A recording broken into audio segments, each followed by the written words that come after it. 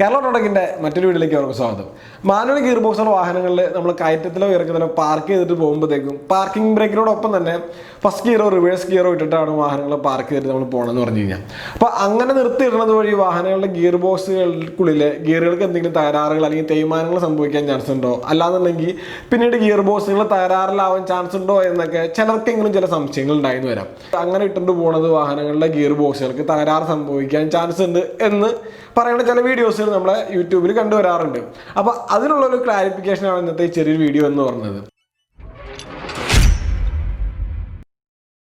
ഇങ്ങനെ വാഹനങ്ങൾ ഗിയറിലിട്ട് നിർത്തി പോകുമ്പോഴത്തേക്കും ചിലവരുടെ ധാരണ എന്ന് പറയുന്നത് ഈ ഗിയറിലിട്ട് നിർത്തി പോകുമ്പോഴത്തേക്കും വാഹനത്തെ മൊത്തം പിടിച്ചു നിർത്തുന്നത് ആ വാഹനങ്ങളുടെ ഗിയർ ബോക്സിനുള്ളിലെ ഗിയറുകളാണ് ഈ വണ്ടിനെ പിടിച്ചു നിർത്തുന്നതെന്നാണ് ഒരു ഒട്ടുമിക്ക ആൾക്കാരുടെ ഒരു ധാരണ എന്ന് പറയുന്നത്.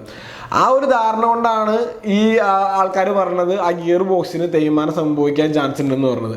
ശരിക്കും പറഞ്ഞാൽ ആ ഒരു ധാരണ തികച്ചും തെറ്റാണ്.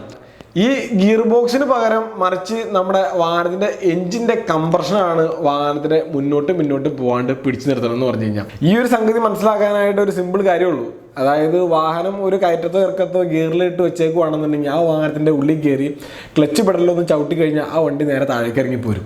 അപ്പോൾ അതായത് വാഹനത്തിൻ്റെ ക്ലച്ച് പെടൽ അവിടെ ചവിട്ടുമ്പോഴത്തേക്ക് സംഭവിക്കണം എന്താണെന്ന് വെച്ച് കഴിഞ്ഞാൽ വാഹനത്തിൻ്റെ എഞ്ചിനും ഗിയർ ബോക്സും തമ്മിലുള്ള ആ ഒരു ബന്ധം ആ ക്ലച്ച് പെടൽ ചവിട്ടുമ്പോഴത്തേക്കും ആ ക്ലച്ച് പ്ലേറ്റ് ബാക്കോട്ട് വരുമ്പോഴത്തേക്കും അവിടെ ഇല്ലാണ്ടാവുക ചെയ്യണത്. അപ്പോൾ എഞ്ചിനും ഗിയർ ബോക്സും തമ്മിലുള്ള ആ ഒരു കണക്ഷൻ അവിടെ ഇല്ലാണ്ടായി. അപ്പോഴാണ് ആ വാഹനം താഴേക്ക് ഇറങ്ങിയെന്ന് വെച്ച് കഴിഞ്ഞാൽ. അപ്പോൾ അതായത് വാഹനത്തിൻ്റെ ഗിയർ ബോക്സ് അല്ല അവിടെ വാഹനത്തിൻ്റെ ആ ഒരു ഫോഴ്സിൽ പിടിച്ചു നിർത്തുന്നത്, പകരം ഈ എഞ്ചിൻ്റെ ആ ഒരു കംപ്രഷനാണ്. അതായത് എഞ്ചിൻ്റെ സിലിണ്ടറിലുള്ള ആ ഒരു കംപ്രഷനാണ് ആ വാഹനത്തിന് ആ ഒരു പൊസിഷനിൽ അവിടെ മെയിൻറ്റെയിൻ ചെയ്ത് പിടിച്ചു നിർത്തണം എന്ന് പറഞ്ഞു കഴിഞ്ഞാൽ.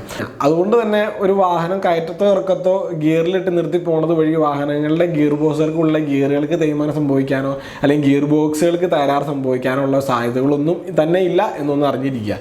പിന്നെ വാഹനങ്ങളെ നിർത്തിയതിന് മുമ്പത്തേക്ക് ഒരു ഗിയർ ചൂസ് ചെയ്യുന്ന കാര്യം എന്താ വെച്ച് കഴിഞ്ഞാൽ ആ വാഹനത്തിൻ്റെ എഞ്ചിൻ്റെ കംപ്രഷൻ്റെ ആ ഒരു ലോഡ് അല്ലെങ്കിൽ ആ ഒരു ടോർക്ക് നമ്മുടെ വീലുകളിലേക്ക് എത്തിക്കാൻ വേണ്ടിയാണ്.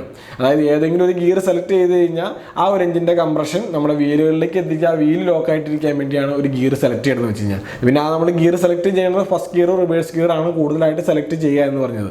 കാര്യം ഫസ്റ്റ് ഗിയറിനും റിവേഴ്സ് ഗിയറിനുമാണ് ഏറ്റവും കൂടുതൽ ടോർക്ക് ഹാൻഡിൽ ചെയ്യാനുള്ള ഒരു കേപ്പബിലിറ്റി ഉള്ളതെന്ന് വെച്ച് കഴിഞ്ഞാൽ.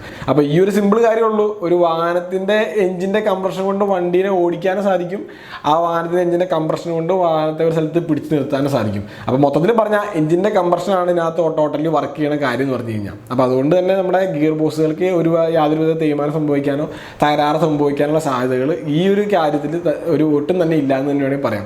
പിന്നെ ഓട്ടോമാറ്റിക് ഗിയർ ബോക്സുകളിലേക്ക് വരികയാണെന്നുണ്ടെങ്കിൽ നമ്മൾ പാർക്കിംഗ് പൊസിഷനിലുകൊണ്ടാണ് വാഹനം നിർത്തിയിട്ട് പോകുന്നത്. ആ പാർക്കിംഗ് പൊസിഷനിലേക്ക് വരുമ്പോഴത്തേക്കും പാർക്ക് പോൾ എന്ന് പറഞ്ഞൊരു വലിയൊരു ഗിയറിൽ ആണ് എൻഗേജ് ആയിട്ട് നിൽക്കുന്നത്. അപ്പോൾ അതുകൊണ്ട് അതിനൊരിക്കലും തേയ്മാനം സംഭവിക്കാനുള്ള ചാൻസുകളൊന്നുമില്ല. അപ്പോൾ ഈ വീഡിയോ ഇഷ്ടപ്പെടുകയാണെങ്കിൽ ലൈക്ക് ചെയ്യുക, ഷെയർ ചെയ്യുക, കമൻറ്റ് ചെയ്യുക.